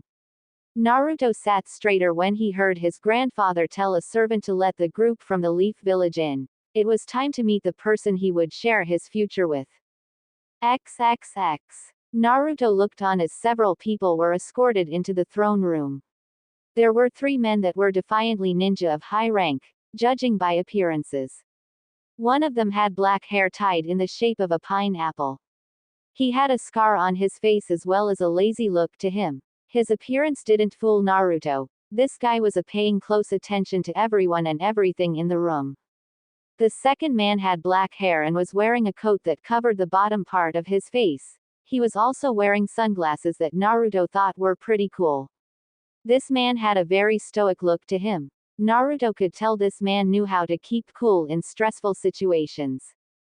The third man had black hair and a beard, and even if the man tried to hide it, Naruto and likely everyone in the room could still smell the scent of tobacco coming off of him. He was wearing a sash that Naruto recognized as worn by the elite guardians of the Fire Daimyo, so Naruto knew this guy had to be pretty strong. To their left were two much older-looking people, a man and a woman, both wearing expensive kimonos similar to the ones that the dignitaries that regularly visit Whirlpool. They both had an arrogant feel to them, like they felt they were very important people or something. Naruto didn't pay much attention to them at all. To the far right there was a larger group of people. They were all wearing regal-looking white robes. They all had long black hair and clear pupil-less eyes, the Byakugan of the Hyuga clan. There were 4 men protectively flanking the 5 people in the center. In the center there was a much older man, the only one who had mostly white hair. He also had an "I'm better than anyone" kind of attitude to him. Next to him was a stern-looking man, who Naruto assumed was the head of the Hyuga clan, Hiyashi Hyuga if Naruto remembered correctly. Standing next to Hiyashi was his wife, Hana Hyuga. She was a very beautiful woman. Hana had long silky dark blue hair, and her Byakugan had a more lavender tint to them than the usual colorless one that the other Hyuga had. She was giving Naruto a loving smile that he could tell she honestly meant. Hana had a very cute little girl in her arms that seemed to be about 2 years old, Hanabi Hyuga, the younger of the 2 Hyuga heirs. It was the final member of the group that drew Naruto's attention. She was about his age and wore the same white robes as the other Hyuga. She had short hair the same dark blue color as her mother, as well as the same lavender tint in her Byakugan eyes. She had a nervous look on her face that Naruto understood, and Naruto could see the hint of a blush on her cheeks. She's very pretty, thought Naruto as he felt an unfamiliar heat on his face. It was as Naruto looked at the person he was expected to one day call a wife that she looked his way and their eyes met. XXX. Hinata had a difficult time trying to keep calm as her family made their way into the throne room. She kept her eyes down as much as possible, not daring to look up. It was not until they were standing in front of the Uzumaki family that Hinata gathered her courage and looked up. She looked up and directly into the brightest pair of blue eyes she ever seen. They were deeper than the ocean. The boy also had golden blonde hair that was as bright as the shining sun. Hinata also noticed he had these cute whisker-like markings on his cheeks. Hinata couldn't help the full-blown blush that was on her face at that moment. He's cute, thought Hinata as she looked away, missing the slight blush that appeared on Naruto's cheeks. Genryusai looked at every one of the Leaf members before speaking. Welcome all of you to Whirlpool. I hope your trip was a pleasant one. Hiyashi stepped forward and spoke. We thank you for your hospitality, Daimyo-sama. Our trip was indeed a pleasant one. Excellent. I am glad the Hyuga clan was able to accept my invitation. However, I see there are others I did not expect as well, Genryusai said as he glanced at the other members of the Leaf Village. Before Hiyashi could continue, Homura Mitokado stepped next to him and spoke. We are here to represent the council in this meeting. It is after all of great importance to the entire village. Troublesome. Shikaku Nara stepped forward to speak. We are here to represent the Hokage in this meeting, and to make sure that some people, he said glaring at the village elders, don't cause an incident between our village and Whirlpool. The last one to step forward was Asuma Sarutobi. Asuma bowed to the daimyo and said, I'm Asuma Sarutobi. I'm here to represent both the Hokage and the Fire Lord. Very well. I believe we will have no problem accommodating extra guests. Genryusai then turned to the girl that one day would be queen of Whirlpool. He noticed Hinata shooting nervous glances at Naruto with a blush on her face. Genryusai smirked. Maybe this won't end too badly after all. Hinata Hyuga, daughter of Hiyashi and Hana Hyuga and heiress of the Hyuga clan, Come forward, Genryusai said in his commanding regal tone. Hinata fought the urge to eep. She nervously stood up and walked forward until she was only a few feet from the Uzumaki clan. As practiced, she bowed to the daimyo, then waited for him to continue. Naruto Uzumaki, son of Minato Namikaze and Kushina Uzumaki, crowned prince of Whirlpool, come forward. Naruto, like a true Uzumaki, did as told without showing how nervous he actually was. Naruto stopped when he was standing in front of Hinata. His clear blue eyes looked directly into her pupil-less lavender eyes. Though it was only for a few seconds, to the both of them it seemed like an eternity as they looked into each other's eyes, the eyes of their future spouses. Hinata knew she had to be the first to introduce herself, but had a hard time tearing her eyes away from the intense, piercing blue gaze that seemed to look directly into her soul. But with a great effort she did, and with a bow to her future husband she introduced herself. My name is Hinata Hyuga. It is an honor to meet you. Naruto followed her lead and did the same. My name is Naruto Uzumaki. It is an honor to meet you as well. Both kids straightened up looking rather embarrassed, which brought smiles to some of the people in the room. Excellent. Naruto, why don't you show Hinata around the palace? It will give you both time to get to know each other without adults getting in the way. I have things to discuss with our guest that neither of you need to be here for, said Genryusai. Naruto, hating these boring meetings, didn't need to be told twice. Lady Hinata, please allow me to escort you around the palace, Naruto said as he extended his arm as he had been trained to. Hinata blushed prettily. Thank you, Naruto-sama, she said as she took his arm and let him lead her out of the throne room. Once Naruto and Hinata had left the room, Genryusai turned to look at the rest of the Leaf Ninja. He wasn't happy to have the extra members of the group, but he would deal with it. Are you sure they should be left alone, Daimyo-sama? Asked Kaharu Utatane. I assure you, they are perfectly safe inside the People's Palace. Besides, they're children, they should be allowed to get to know each other without adults interfering. But this is a very important meeting that you were not invited to. Genryusai cut her off. This was to be a private matter between the Uzumaki and the Hyuga clans. This union is of greater importance than that, and you know it. The entire Leaf Village has a stake in the outcome of the marriage between those children. We only wish to do what we can to help them get along as best as possible.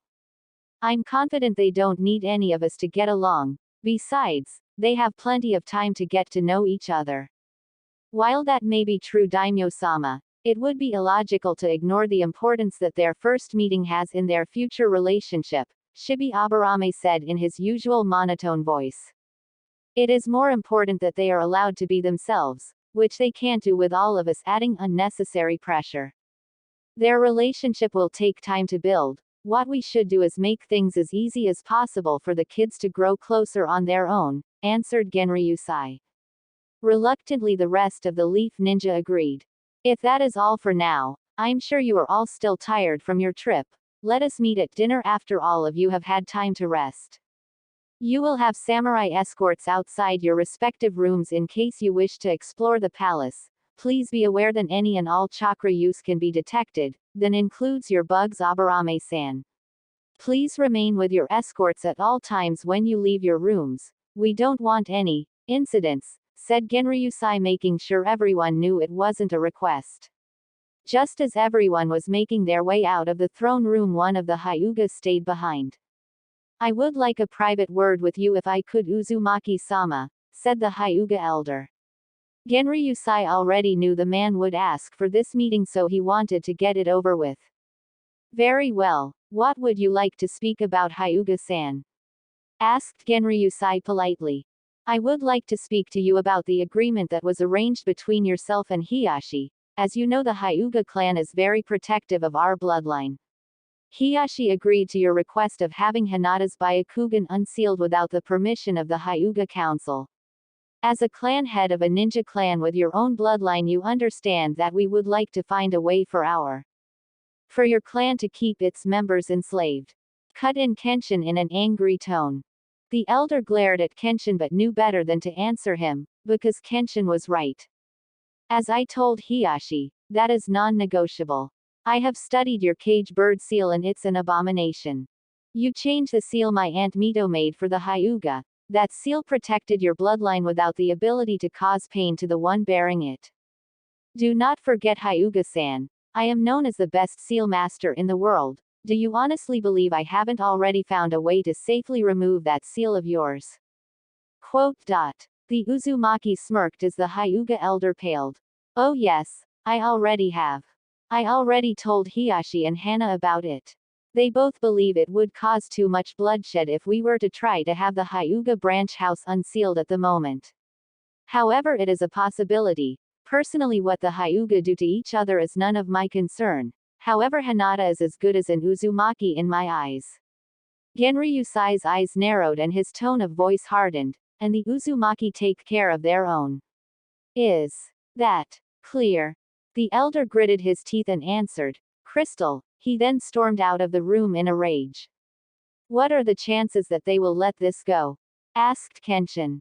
Not likely. They're too stubborn for them to let it go so easily. We'll have to keep an eye on things. If they try something stupid, they'll find out why you don't ever anger the Uzumaki. XXX. Shortly after leaving the throne room, Naruto was leading a nervous Hinata through one of the many halls in the palace. He stopped and turned to look at Hinata. So, what would you like to see first? He asked, not sure what she would like. Hinata fidgeted with her finger before saying, anything you like will be fine, Naruto-sama. Oh, you really don't need to use the whole sama thing. I don't really care about that stuff. Besides, I thought that we could be friends, you know. Naruto said as he smiled and scratched the back of his head. Hinata blushed. Oh, okay. Naruto-kun. Naruto smiled and nodded. So Hinata, what kinds of things do you like to do back home? Well, I like to spend time in the garden with my sister or learning to cook with my mother when I'm not studying or training. I also like to read. In that case, let's go to one of the palace's gardens, said Naruto. Hinata was excited when she heard that, thinking he meant the Garden of Life. Naruto escorted Hinata to a very spacious garden with many beautiful flowers.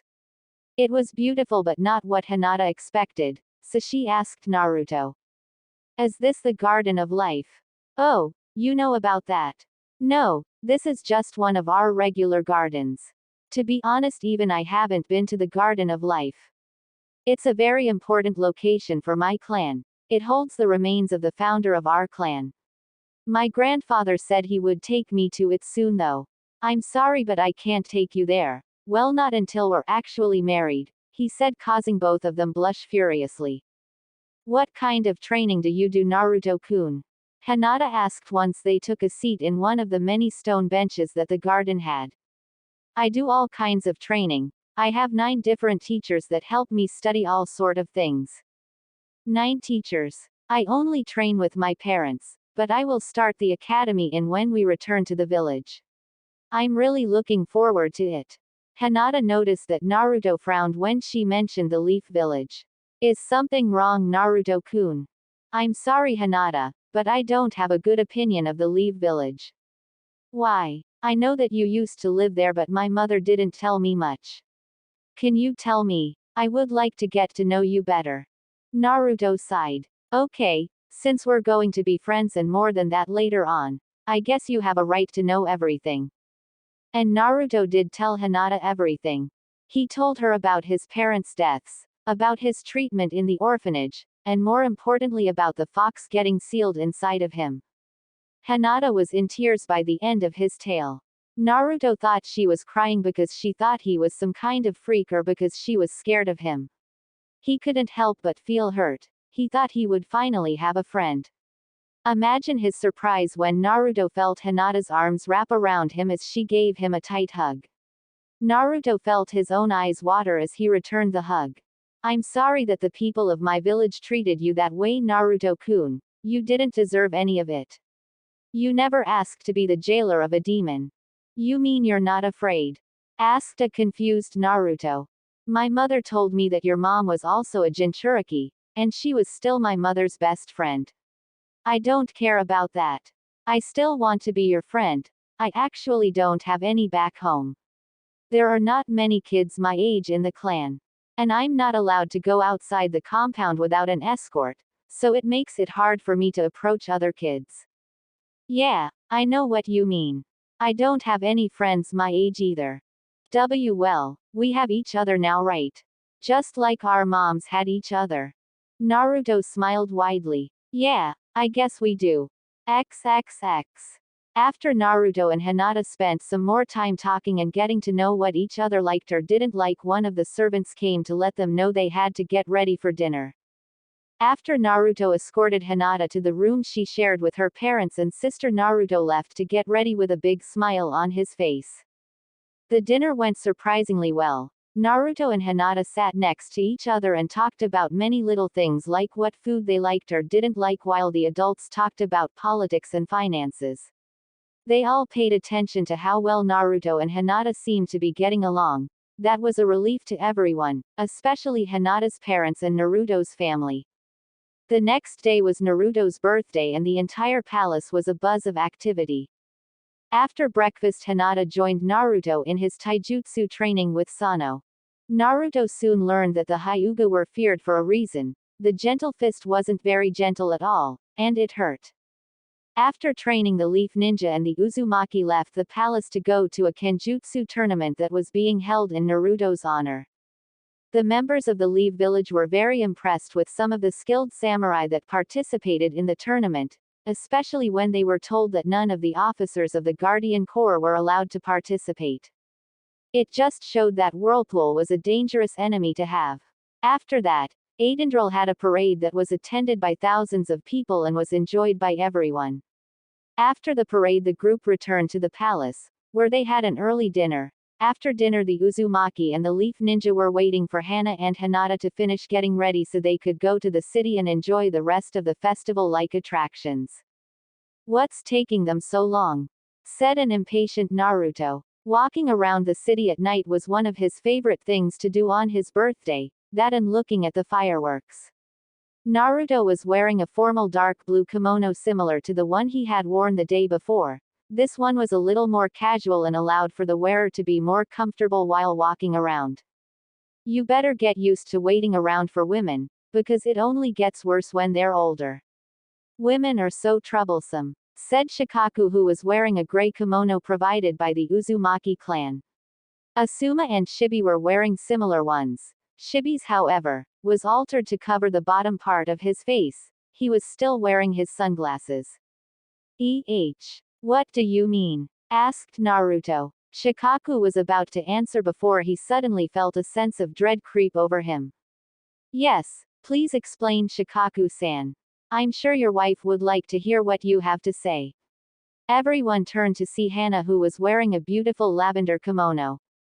She had Hanabi in her arms. Hanabi was wearing a white and red kimono that made her look real cute. A very nervous Shikaku answered. Nothing. I didn't mean anything at all. Women are the least troublesome of anything at all, really. This made several members of the group chuckle, and Asuma made a coughing sound that sounded a lot like whipped. Naruto was still confused, but his attention was stolen by the person that had just entered the room. Hinata was wearing the ember silk kimono that had been given to her on her birthday. Naruto felt his face heat up. Hinata looked more like a princess than many of the actual princesses he had met. Do I look okay, Naruto-kun? She asked shyly with small blush on her face. Naruto's blush deepened. You look very pretty, Hinata-hime. Hinata's face was so red that it would have made a tomato jealous. Hime. Naruto gave her one of his face-splitting smiles. Yes, I'm calling you Hinata-hime from now on. Is that okay? I would like that, Naruto-kun. The rest of the night went very well for the group. The kids enjoyed the games and the food. Hinata noticed how much the people of Whirlpool loved Naruto. Many times people would come up to them as they walked around and introduce themselves or just said hello. Hinata herself was well treated in the Leaf Village, but never to this extent.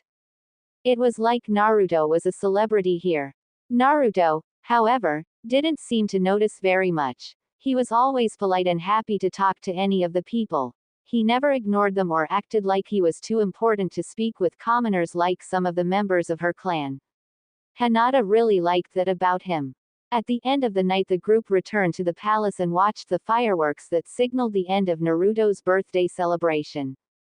Naruto had to admit, he had been worried about meeting Hinata. He was unsure what he should have expected. But now he was happy to have met her. She is a little shy sometimes, but she is very kind. She is also very smart and will be a strong ninja when she is older. He was glad that Hinata is a very down-to-earth girl and not snobbish at all. Most of all, Naruto was glad to finally have a friend his own age, someone he could talk to about kid stuff but could also talk to about clan stuff as well. It didn't hurt that Naruto, though Hinata was very pretty. The Hyuga clan, along with the rest of the guests, stayed for 2 weeks in Whirlpool. In that time, Naruto spent most of his time with Hinata. They trained together with most of Naruto's teachers. Naruto was adamant that Hinata did not meet Shigure for her own safety. Hiei said he wasn't a babysitter, so he wasn't there with Kurama, but Hinata met all of Naruto's other teachers. Hinata was not allowed to go with Naruto to his Kenjutsu training because she was not an Uzumaki yet. The Uzumaki and Hinata's parents considered the visit a complete success. The kids got along great and quickly became friends. As had been agreed, Hinata will visit every summer until she became a genin, which will be in 5 years. At that point, Naruto will have a choice to become a leaf genin and spend more time with Hinata, or wait until he and Hinata reach their 16th birthday, at which point they will be allowed to get married. Both the Uzumaki and Hinata's parents hoped to wait longer than that. It is the earliest that the wedding can happen, but that didn't mean that they wanted the kids married so soon. It was time to say goodbye. The rest of the Leaf Ninja had boarded the ship and now Hana and Hiyashi waited as Hinata said goodbye to Naruto. I'm glad we met, Hinata Heim. I'll make sure to write to you as much as I can, said Naruto. I'm glad to have met you too, Naruto-kun. I promise to write as well. Hinata had a lot of fun spending time with Naruto. He was always so confident about everything and his happy attitude was infectious. Hinata found herself laughing and playing for the first time in her life. Sure, she played with Hanabi, but it was not the same because she was so small. She was really going to miss Naruto. I guess I will see you next summer. Have fun in the academy, okay, Hinata Heim. I will. And I will be a lot stronger next year too. I can't wait. Goodbye, Heim, Naruto said as he hugged Hinata. Goodbye, Naruto-kun. Hinata returned to hug. She was having a hard time trying not to cry. She just made her first friend and she wouldn't see him for a whole year. After they were finished saying goodbye, Hinata and her family boarded the ship. Naruto was sad to see her go, but he would see Hinata again. Don't worry, Naruto-kun. You will see Hinata-chan again before you know it, said Genryusai. I know, grandfather, but I will still miss her. Oh, I don't know if you'll have time to miss her too much. What do you mean? Asked Naruto. Your uncle and I have decided to increase your level of training, both for your physical, academic, and political training, so plan to be very busy over the next few months.